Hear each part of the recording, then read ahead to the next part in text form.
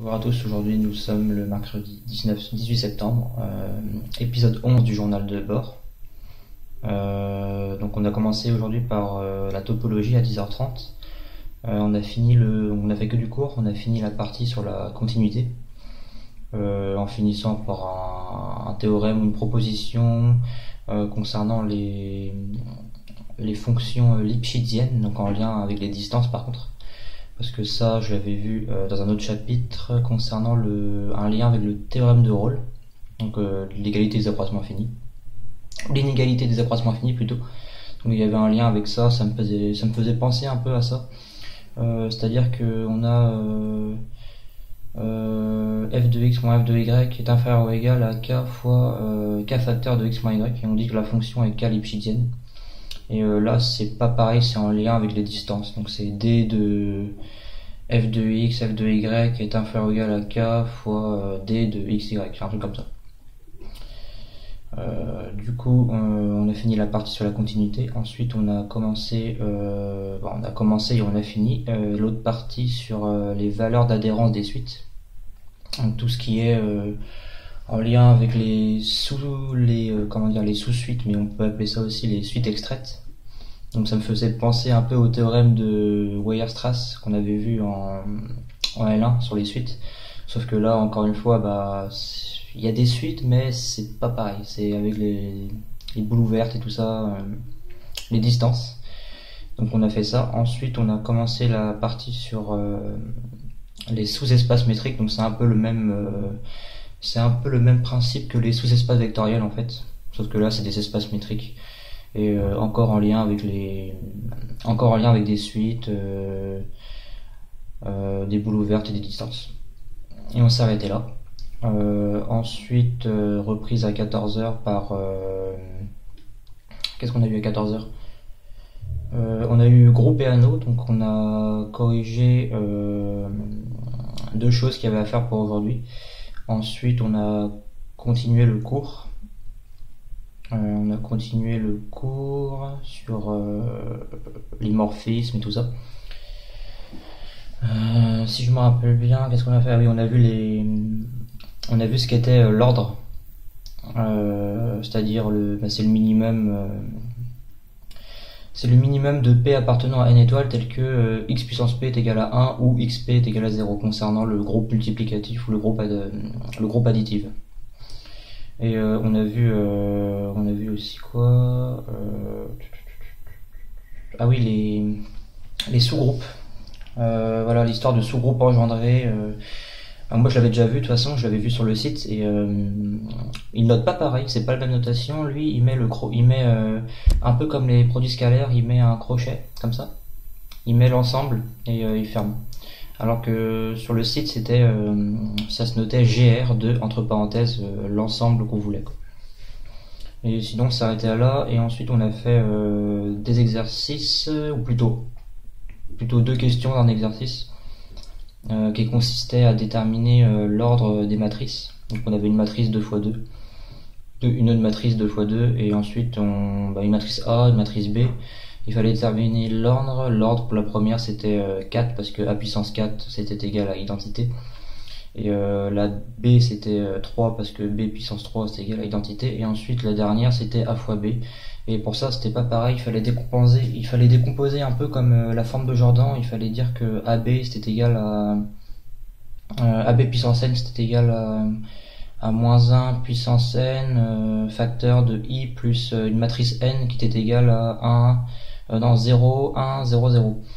Et je sais, et du coup il fallait utiliser c'est moins 1 puissance n facteur de la matrice identité plus une matrice grand N, comme je viens de le dire, à la puissance n. Donc du coup on utilisait la formule du binôme de Newton. Donc ça faisait moins 1 puissance n fois la somme de k égale 0 à n de k parmi n fois la matrice identité puissance n moins k fois la matrice grand N puissance k. Et on trouvait une expression, et on trouvait l'ordre après, je sais plus c'est quoi. Mais je sais qu'il fallait utiliser une autre méthode, il fallait décomposer la matrice A fois B en une autre matrice. Un peu comme la forme de Jordan qu'on a vu hier. Et voilà. Et ensuite, une autre question, je sais plus, c'était un peu une démonstration. Ah oui, on avait le produit A fois B d'ordre n. Il fallait montrer que B fois A était aussi d'ordre n, sachant que les matrices, le produit des matrices n'est pas commutatif. Donc il fallait appliquer une technique assez particulière, mais au final ça va. Et on s'est arrêté là. Ensuite, dernier cours à 16h, donc le cours qu'on aurait dû avoir lundi, TD plutôt, sur l'algèbre bilinéaire. Donc on a corrigé l'exercice en lien avec les probas qu'il fallait faire, ainsi qu'un autre exercice avec la fameuse matrice P où je comprenais pas pourquoi j'avais que des zéros sur une colonne, et en fait j'ai compris, c'est très simple. C'est que dans mon système linéaire, j'avais x égale y égale 0. Mais moi, mon z, j'ai mis que c'était 0 alors que c'était pas du tout 0.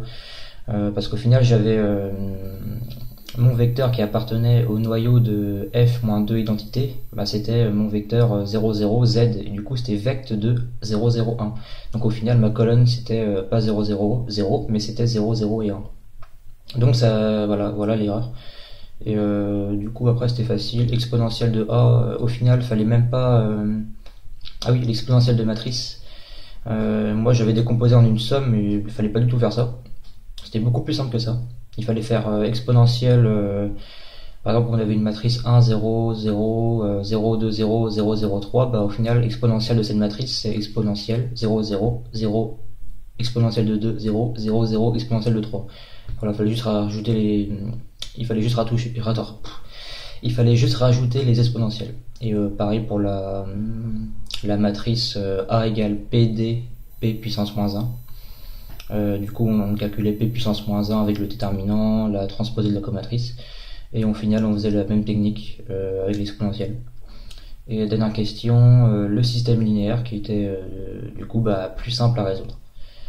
Ensuite on a fait un exercice où il fallait, c'était un peu plus technique, on nous donnait pas de matrice, et il fallait dire, on disait que A et B sont semblables, donc il existait une matrice P inversible telle que A est égal à, ou plutôt le contraire, mais c'est pareil, B égale à P A P puissance moins 1, et il fallait dire, il fallait montrer que la partie réelle de P fois A était égale à la partie réelle de P fois B, ou plutôt B fois la partie réelle de P. Et pour cela, et pareil pour la partie imaginaire, et pour cela il fallait décomposer P, il fallait dire que P c'était égal à, non, sachant que P était égal au réel de P plus I fois la partie imaginaire de la matrice P. Et ensuite, voilà, il fallait montrer après que la fonction P de Z était une fonction polynomiale, que dire de f de I, voilà, des conneries comme ça. Au final ça va. Et ensuite, il nous a distribué la feuille numéro 2. Et on s'est arrêté là de toute façon. Il nous a dit qu'il fallait faire 2 exercices pour la prochaine fois, et c'est tout.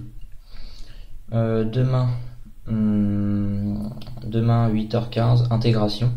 Donc je vais revoir à fond ce soir parce que j'ai pas refait depuis la semaine dernière cette matière-là. Sachant qu'on a 4 heures en fait d'affilée tous les jeudis matins.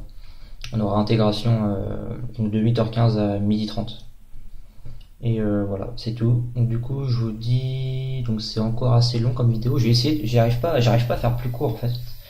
Ça m'est arrivé une fois de faire moins de 4 minutes, mais j'ai quand même pas mal de choses à dire et du coup ça passe ultra vite. Mais je vais essayer de raccourcir les prochaines fois si je peux. N'hésitez pas à vous abonner n'hésitez pas à vous abonner à la chaîne, ça fait plaisir. Et ainsi que sur Instagram, vous pourrez suivre toutes les publications que je publie. Sur ce, je vous souhaite une bonne soirée et à demain.